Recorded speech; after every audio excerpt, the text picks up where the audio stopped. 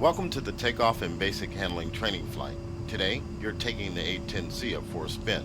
In this lesson, we'll perform a standard takeoff followed by some basic maneuvers at medium altitude. Press the spacebar key when you are ready to begin.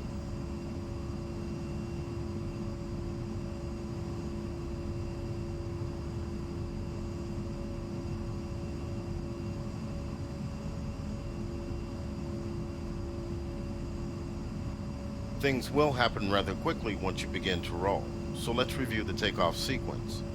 After a final check of the instruments, you'll begin to roll at max engine power. Your main focus will be on using nose wheel steering to maintain the aircraft on runway center during the roll. Once the rudders become effective above 50 knots, you will disengage nose wheel steering. At 120 knots, begin to raise the nose by gently pulling back on the stick and setting a pitch angle of 10 degrees on the ADI. This will be a safety critical element of takeoff. Pulling up too fast can lead to striking the aircraft's tail on the runway or lifting off with too much angle of attack, leading to a stall and possible crash. Once the aircraft is safely airborne and climbing, raise the landing gear and flaps. Accelerate to 180 knots and maintain the speed in the climb to altitude. Prior to starting the takeoff roll, a number of final checks are performed to ensure the aircraft's safe operation. Ensure the anti-skid switch is set to on. If not already done, turn on pitot tube heating on the environmental control panel. Now hold down the wheel brakes by pressing and holding the W key and increase throttle to 85% core RPM. Monitor your flight and engine instruments for any abnormalities. Look around the cockpit and check the caution lights panel to ensure no malfunctions are reported. Press the spacebar key to proceed once everything checks out.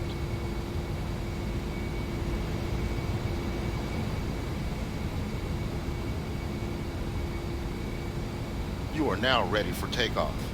Take a note of your current heading as you will maintain this after takeoff. To begin the roll, release the wheel brakes and advance the throttles to max.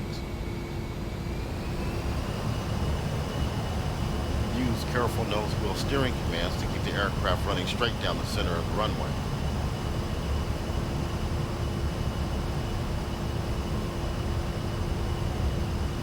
Gently pull back on the stick to raise the nose to 10 degrees pitch on the ADI and hold it. Maintain 10 degrees of pitch. Raise the landing gear by pressing G and the flaps by pressing left shift plus F. The landing gear horn will sound while the landing gear is in transition. Adjust your pitch angle to maintain 180 knots indicated airspeed in the climb, and check the vertical velocity indicator to monitor your rate of climb. Your desired rate of climb will depend on a number of factors, including the aircraft weight, range, and altitude of the steer point. However, 180 knots indicated airspeed is a good average climb speed.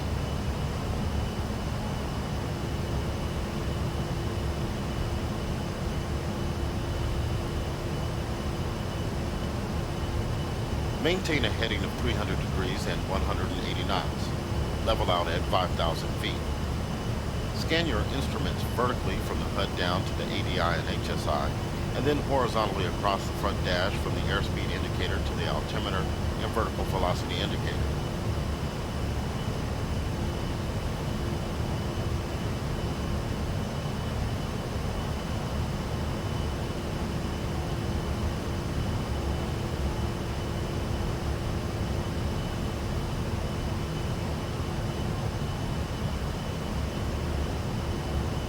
Approaching 5,000 feet, let's level out here. We'll pick up some airspeed at max engine power.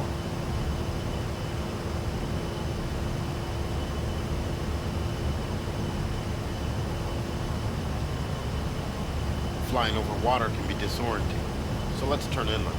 Turn right to 040.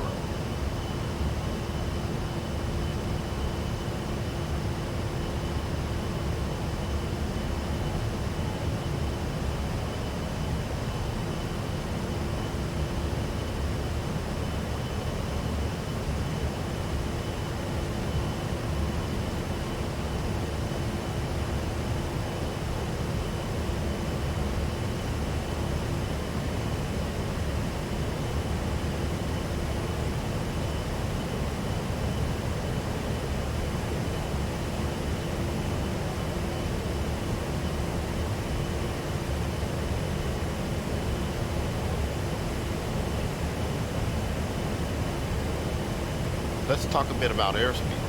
While you may want to fly at maximum speed to get where you're going as fast as possible, you have to keep in mind fuel consumption and designated times of arrival. As such, you will generally fly at speeds less than maximum and preferably close to your cruise speed, which is the most efficient speed for your current aircraft payload and altitude.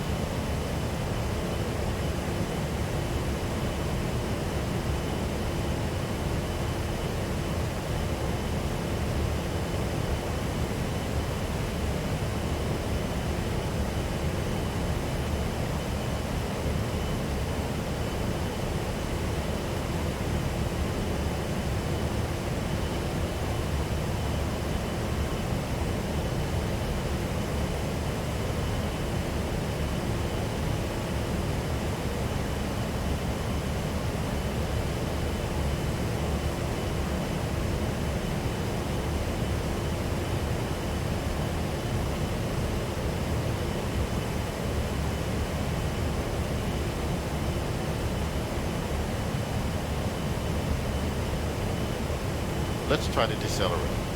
There are a number of ways you can reduce airspeed, including reducing engine RPM, opening the speed brakes, and pitching the nose of the climb. For now, let's simply reduce engine power. Pull the throttles back and watch the airspeed indications on the HUD and front dash begin to decrease.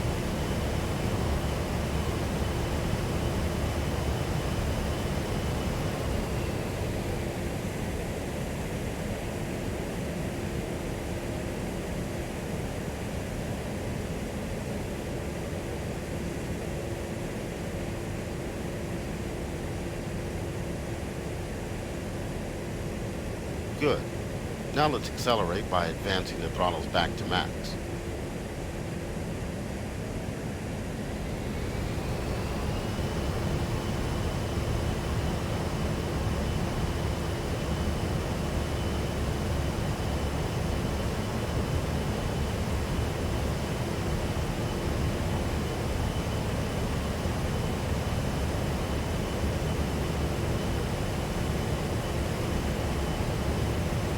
Now let's perform a climb.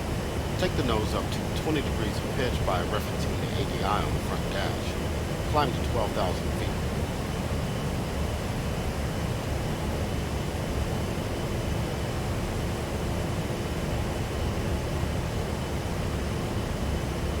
Watch the altitude and airspeed readings on the HUD and instrument panel.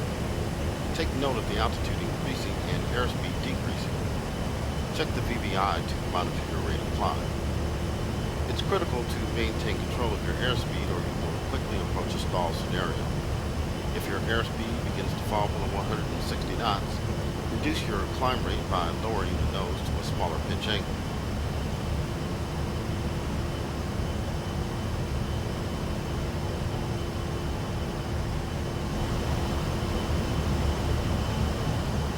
The A-10 does not have a very high thrust-to-weight ratio, so it cannot zoom climb like fighter jets.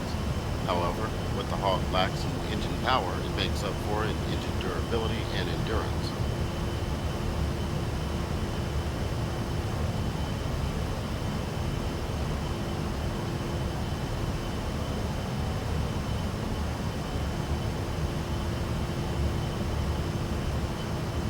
Level out at 12,000 feet.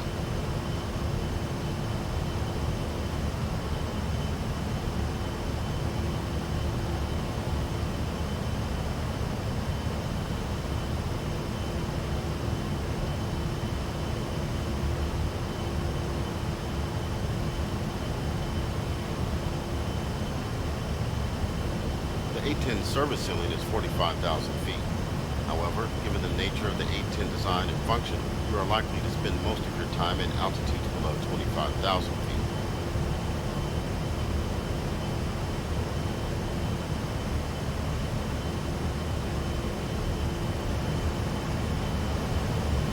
The next maneuver will be a dive.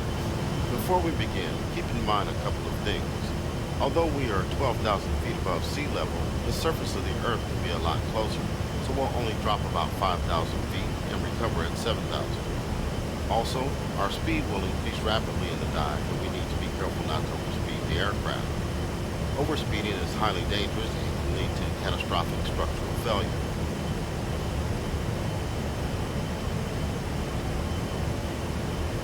Pull the throttle back and push the stick forward to make your pitch 20 degrees nose down. Watch your altitude decrease and speed increase as you dive. Recover at 7,000 feet.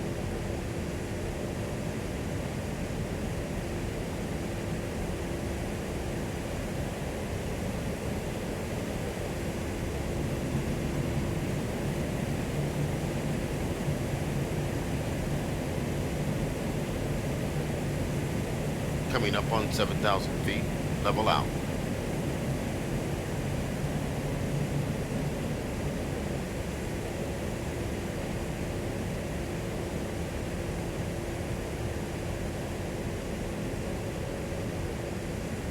For our last maneuver of the day, we'll try a level turn. Turning is not difficult, but turning well does require attentiveness and coordination. The goal of a level turn is to complete the maneuver with minimal deviation in speed and altitude from your initial conditions. A level turn will consist of initial roll input on the stick, followed by a slight pull and rudder input into the turn to maintain altitude and minimize side slip as indicated by the slip ball on the ADI. However, too much input on either the stick or rudder will quickly increase drag and angle of attack, leading to a drastic loss of speed and potential loss of control.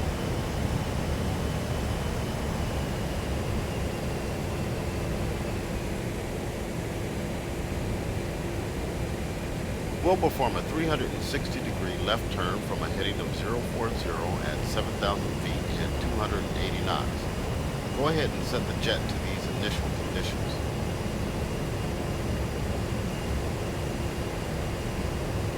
Set. Stabilize at this speed and altitude before starting the turn.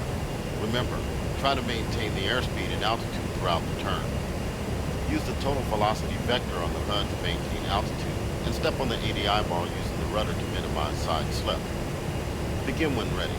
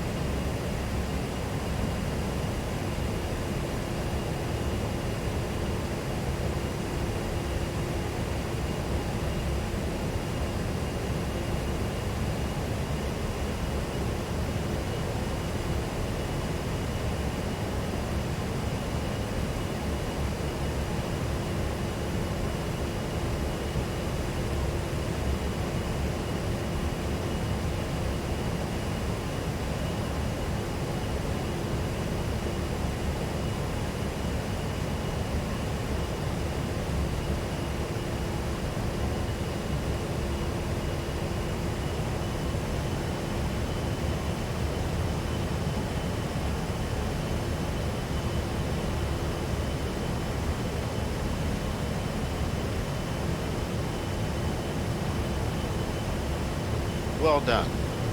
We will end our training flight here.